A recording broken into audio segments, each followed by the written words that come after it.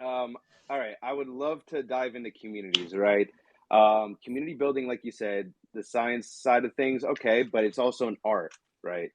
There's a lot that goes into it, and a lot of attention in certain areas to really make it a great success. So let's start it off with a question that, I feel like people on the Web2 side might be thinking about a lot is like, first off, why should I even care about creating a community in the first place for my brand, right? Like, what's the actual reason to be doing this?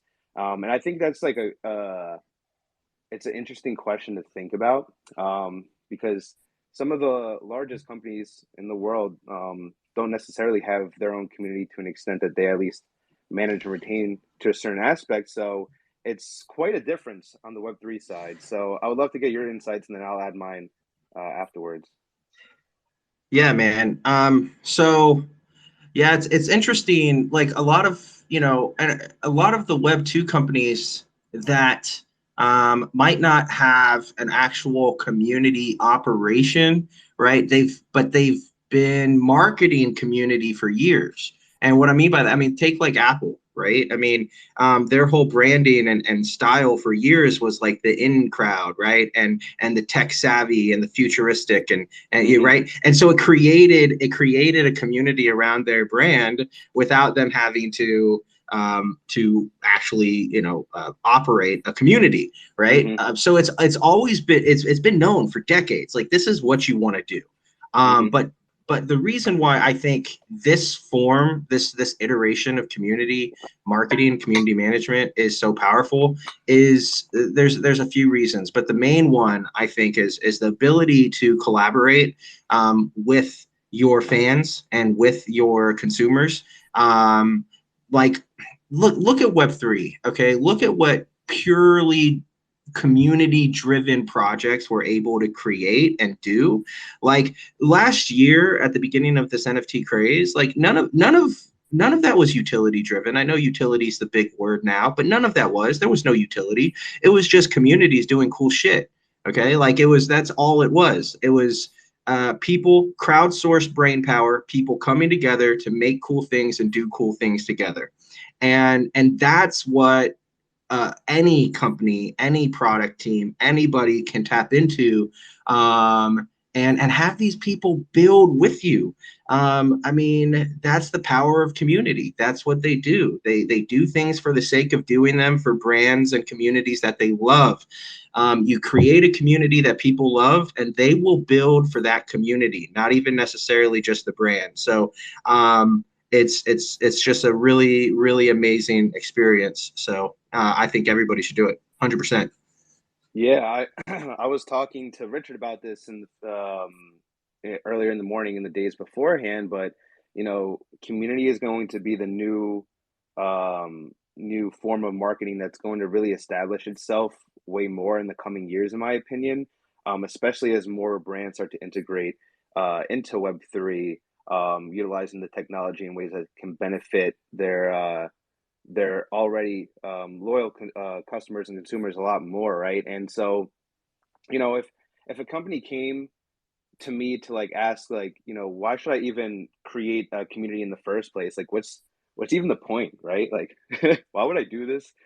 I mean, I like what you said before. It's the first thing is like, especially in the Web3 space, like if you have this is the first chance for you to really gain your most loyal supporters right off the bat, right? And work with them to really better the product that you're trying to build, and also the types of people that you're trying to target and reach on that aspect, right? Which I think is such a huge bonus in this space already. At least just establishing a brand in this space, or just a community in general, you're able to get your loyal supporters that will carry you through and help you kind of navigate and work with them, like you said. And that's Yep. where, like, again, it comes like to like direct communication too, with like your ideal your ideal customers, or even just members in general, or investors, right? And in terms of the Web3 space, like, who are the ideal people that you want to be able to target and work with, and establish like the foundation of community building itself, like, um it's just it allows you to also kind of get more insights. And I'm pretty sure you've dealt with this a lot when you've been working with the communities, us including. Like you get a lot of insights. Like I remember we had a client where, yeah, exactly. Like especially in the marketing and advertising, and like I remember we were working with a client, and we were doing a community driven campaign for them, where we were reaching out to their most loyal supporters. We were creating PR kits for them, interviewing all of them via Zoom, 15 to 30-minute sessions. Richard and I were going in. We it was really fun, and the insights that we got on the product that our client was building, the things that they wanted to see from like a community standpoint, from like a marketing standpoint. It gave us so much data and valuable insights to work with that allowed us to make better decisions and really like Yeah, create that perfect messaging for them, you know? faster too, So right? Like it's not like I was talking to a marketer the other day, and he was trying to convince me of the fact that like Discord or that style of community building isn't necessary because you could just do the same thing on like emails. And I was like, no, like you can't do that that on emails. Like you could send out a mailer and say, please give us your suggestions, and you might get like some conversion there. But when you have a community that's actually built and they're there day in, day out, I mean, how quick can you get that response? You just jump in there, say at here, right? Hey, Exactly. Yeah. we have a question. Can anybody spend 15 minutes over the next couple of days and talk to me? And you're gonna get like Hmm. 100 people say, yeah, man, let's do it. You know, so Well, yeah, especially like it's yeah, especially in this space too, where like the investors, they're already invested, both like from a financial standpoint and an emotional standpoint. So they already, are really glued to what your vision is already, and they're more likely to help assist you in that, to really further not only potentially their financial freedom, but the vision that they invested into themselves, right? I know, Richard, I know you were going to speak earlier, so yeah, so I mean, I think going back to, why would individual or a founder ask, why would I need a community or give attention to a community? And I think, that goes back to what we were discussing, earlier today. And, it really comes back to like, the experience, right? I think communities are built around experiences, and experiences are what draw communities, and really communities are instinctual. It's something that we've been doing since the beginning of time. And I think really, more, what we should be asking or what they should be focusing on. I mean, because if you have a great product, you have a great experience, you're obviously going to have a community.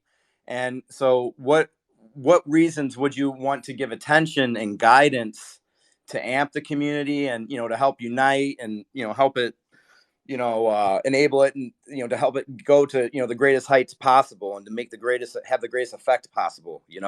And I think that's what we were just talking about. Is the intimacy of Web3, the ability to get up really close and personal, and to forge strong emotional connections.